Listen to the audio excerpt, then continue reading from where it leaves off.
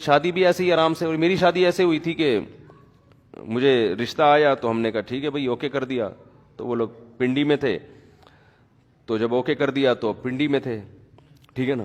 تو اب شادی کیسے ہوگی، ٹھیک ہے نا. وہ تو پنڈی میں تھے تو شادی کیسے ہوگی. تو اتنا تکلف تو کرنا پڑا کہ مجھے پنڈی جانا. تو میری والدہ چلے گئی پنڈی میرے ساتھ، اور میرے بھائی بھاولپور میں تھے، بھائی اور بھابھی وہ بھاولپور سے ہی پہنچ گئے وہاں پہ. میں والدہ کے ساتھ پنڈی پہنچ گیا.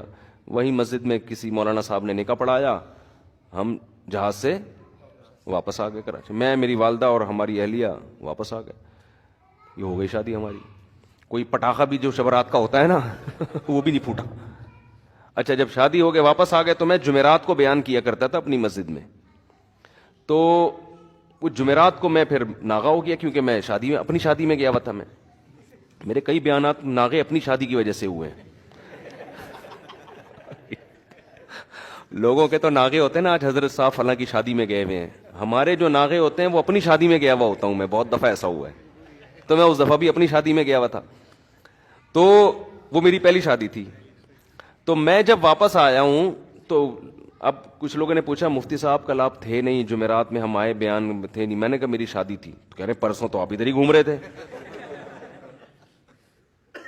یہ کیا ہو گیا، پرسوں تو آپ ادھر ہی گھوم رہے تھے. تو میں نے کہا کیا، کہاں گھومتا پھر میں، آپ بتاؤ. جس کی شادی ہونے والی ہوتی ہے اس کو کہاں گھومنا چاہیے. کیا کرے آج، کہہ رہے کچھ بھی نہیں یار، تو بس ایسے ہی گئے ہو گئی ہماری. تو اب بتاؤ کوئی انٹرٹینمنٹ لائف میں کچھ ہوا؟ کچھ بھی نہیں یار. یہ کس قسم کی شادی ہے یار. لیکن اس قسم کی شادی کئی دفعہ ہو سکتی ہے. حقیقت بتا دوں آپ کو میں، یہ جو انٹرٹینمنٹ ہے نا یہ ان لوگوں کو مہیا نہیں ہے جو اس قسم کی شادی نہیں کرتے. ایک دفعہ میں تو دھوم دھڑکا، پٹاخے، دولے آ رہے ہیں جناب، اس کے گلے میں ہار ڈالے جا رہے ہیں اور لفافے آ رہے ہیں اس کے. سارا ولیمے کا خرچہ ہم نے، پھر میں نے ولیمہ کیا وہ بھی سادگی سے کیا. ولیمے میں ہم نے لفافوں پر پہلے پابندی لگا دی، کسی کو لفافہ لانے کی اجازت نہیں، اپنے خرچے پہ کریں گے ہم جو بھی ہوگا. وہ سادگی سے کیا، وہ بھی کوئی زیادہ دھوم دھڑکا نہیں تھا.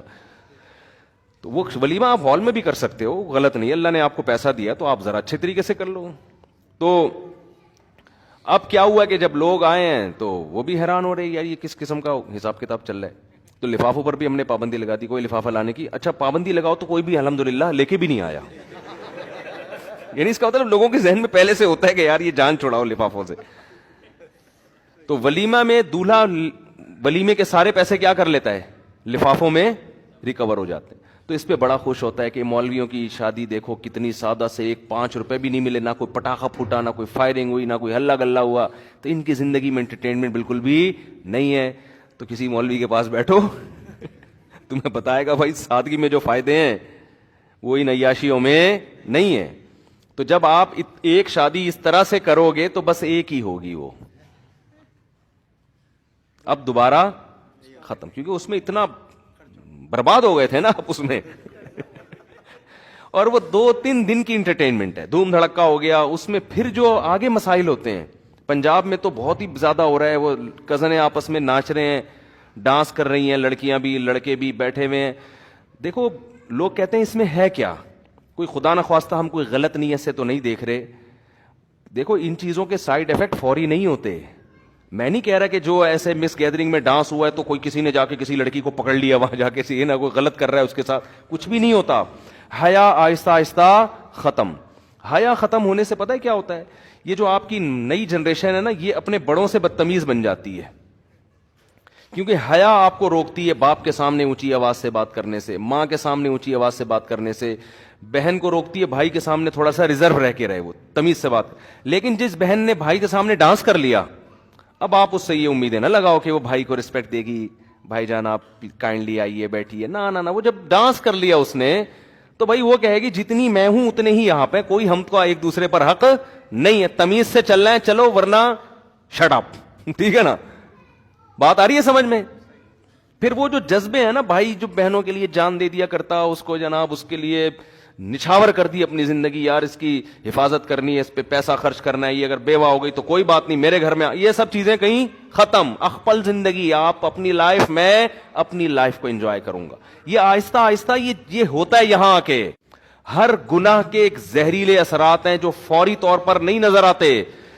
گورے سے یہی تو غلطی ہوئی ہے. اس نے کہا جو لبرل لوگ یہی تو غلطی کرتے ہیں. کہہ رہے کیا ہو گیا, گانا سنتا ہے تو کیا ہو گیا, گانا سننے سے کیا ہو گیا, ڈانس کرنے سے. جو ڈانس ماس آج کل ہو رہے ہیں ان میں ہوتا کیا ہے, جب آپ کی حیا نکلے گی تو اب اس کے پھر آگے جا کے سائڈ افیکٹ بہت خطرہ. ماں باپ کہتے ہیں ہماری بیٹیاں ہمارے کنٹرول میں نہیں. او بھائی کنٹرول میں کیسے ہیں؟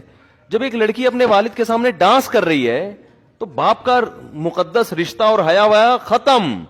اب وہ نہیں ہوگا کہ وہ ابا کو, آپ اپنی بچیوں کو عادی بناؤ باپ کو دیکھ کے سر پہ دوپٹہ لے لیا کریں, وہ تو دیکھو آپ کا کتنا احترام کرے گی, آپ کی بات مانے گی, آپ کی مرضی کے خلاف نہیں چلے گی.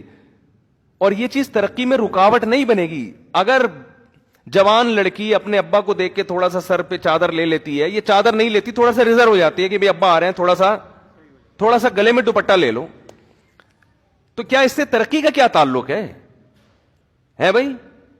یعنی لوگ سمجھتے ہیں اگر ہم اتنی تہذیب اور تمدن کے ساتھ چلیں گے نا اپنے گھروں میں تو ہم تو انگریز کا مقابلہ کر ہی نہیں سکتے. ابے بھائی اس سے اللہ کی قسم کوئی تعلق نہیں ہے. یعنی ان چیزوں کے یہ جو دماغ میں آپ لوگوں نے بٹھا لیا ہے نا کہ ہم اپنے گھر میں مذہبی ماحول لے کر آئیں گے تو ہمارے اچھے ڈاکٹر نہیں پیدا ہوں گے, اچھے انجینئر نہیں پیدا ہوں گے.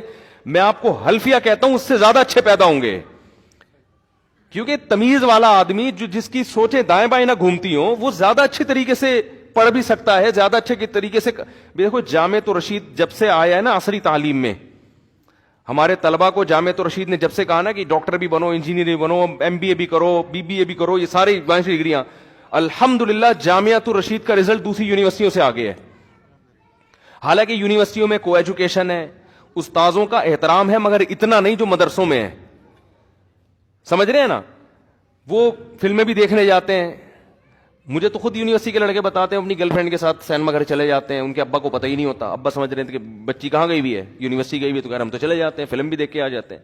تو وہ ساری آزادی وہاں دی ہوئی ہے, کوئی تنگ ماحول نہیں ہے. جامعۃ الرشید کا ماحول کیا ہے؟ تنگ ماحول ہے. وہاں گرل فرینڈ ہے ہی نہیں, سارے اپنے جیسے لڑکے داڑھیوں والے وہ بھی وہی نظر آئیں گے اس کو. تو کوئی انٹرٹینمنٹ کا ماحول نہیں ہے.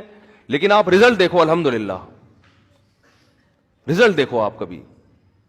ابھی تو اللہ کا شکر ہے پتہ نہیں 10-12 کمیشن آفیسر نیوی میں گئے ہیں جامعۃ الرشید کے 2 سال پہلے. میرے شاگرد بھی ہوں, میں ان سے ملا ہوں, میری ایک تصویر بھی یوٹیوب پہ شائع ہوئی تھی, آپ نے دیکھا ہوگا, نیوی کے آفیسر کھڑے ہوئے, بیچ میں کھڑا ہوا ہوں, تو ان میں زیادہ تر ہمارے شاگرد تھے. تو یہ دماغ میں نا آپ لوگوں نے خامخواہ میں ایک چیز بٹھا لی ہے کہ یار بالکل ایسا عیاشی دے دو تو ترقی زیادہ ہوگی. ترقی زیادہ نہیں ہوگی. آپ کہہ سکتے ہو انگریز نے اتنی عیاشی میں کیسے ترقی کر لی. او بھائی انگریز اگر اتنا عیاش نہ ہوتا اس سے 10 گنا آگے نکل چکا ہوتا. سمجھ رہے ہیں نا؟ جیسے ایک عالم کہنے لگے کہ لوگ کہتے ہیں نا, علماء کہتے ہیں کہ سود ہماری معاشی سود جو ہے نا, سودی نظام جس کنٹری میں ہوگا تو معیشت کیا ہو جائے گی؟ برباد. اب سوال پیدا ہوتا ہے پھر امریکہ اتنا پاورفل کیوں ہے معیشت میں, فرانس اتنا پاورفل کیوں ہے؟ وجہ اس کی یہ کہ انہوں نے معیشت کی ترقی کے اور اتنے اسباب اختیار کیے ہوئے ہیں کہ ایک سبب ہے نا سود, وہ تباہی کا ذریعہ نہیں بن رہا. اگر وہ سود کو بھی ختم کر دیں اپنے معاشرے سے تو آج وہ معاشی جس سطح پہ پہنچے ہوئے ہیں اس سے 10 گنا آگے جا چکے ہوں گے وہ. ہمارے ہاں معاشی ترقی کے کوئی اسباب نہیں ہے, اور سودی نظام سے جو ہونی چاہیے تھی ترقی وہ بھی نہیں ہو پا رہی. اور تنزل کی طرف کرنسی دیکھ لو نا, 25 سال پہلے کا آپ 10 روپے اٹھا کے 10 لاکھ روپے اٹھا کے دیکھو, یا 10 روپے اٹھا کے دیکھو, اور آج دیکھو, زمین آسمان کا فرق ہے, زمین آسمان کا فرق. 25 سال پہلے سونے کی قیمت دیکھ لو اور آج قیمت دیکھ لو. یہ تو ایک مشاہدے پر مبنی ایک حقیقت ہے. تو جلدی سے بات کو سمیٹ کے میں ختم کرتا ہوں. انسان دھوکے میں آتا ہے اپنی موجودہ حالت کو دیکھ کر, اور وہ یہ سمجھ بیٹھتا ہے کہ مجھے کچھ بھی ہونے والا نہیں ہے. آپ ہر وقت تیار رہیں, کسی کو کسی بھی ٹائم پہ کچھ بھی ہو سکتا ہے. میں موسیقی کی بات پھر اگلے بیان میں کروں گا انشاءاللہ, کہ جو کہتے ہیں نا موسیقی یہ لائف میں بورنگ, وہ جو ہمارے کزن کا میں بتا رہا تھا نا, یہ بورنگ لائف. تو بات یہ ہے کہ جس لائف کو آپ بورنگ سمجھ رہے ہو نا, خوشیاں اسی میں ہیں. اور جس لائف کو آپ سمجھ رہے ہو نا انٹرٹینمنٹ, وہ ایسے انٹرٹینمنٹ ہے جیسے چرسی کو, ہیروئنچی کو چرس پیتے ہوئے مزہ آتا ہے. بس وہ چرس کے دوران ہی آتا ہے, اس کے بعد پھر ختم, پھر وہ زیادہ ڈپریشن میں جاتا ہے.